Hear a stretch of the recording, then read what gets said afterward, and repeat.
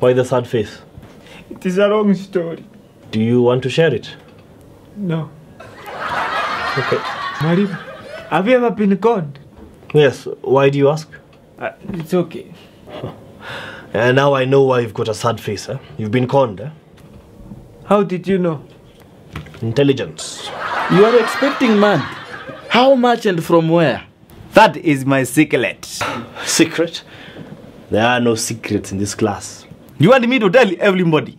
Tell us, Buana. What are you laughing? My friend, that message is a hoax. It is not a hoax. Look, read it for yourself. Kitova, have you given that man your PIN number and your ID number? Yes, I have given him. But how did you know that he asked me for my number? Intelligence. Hard way, one. Classmates, every Thursday at 7:30 p.m.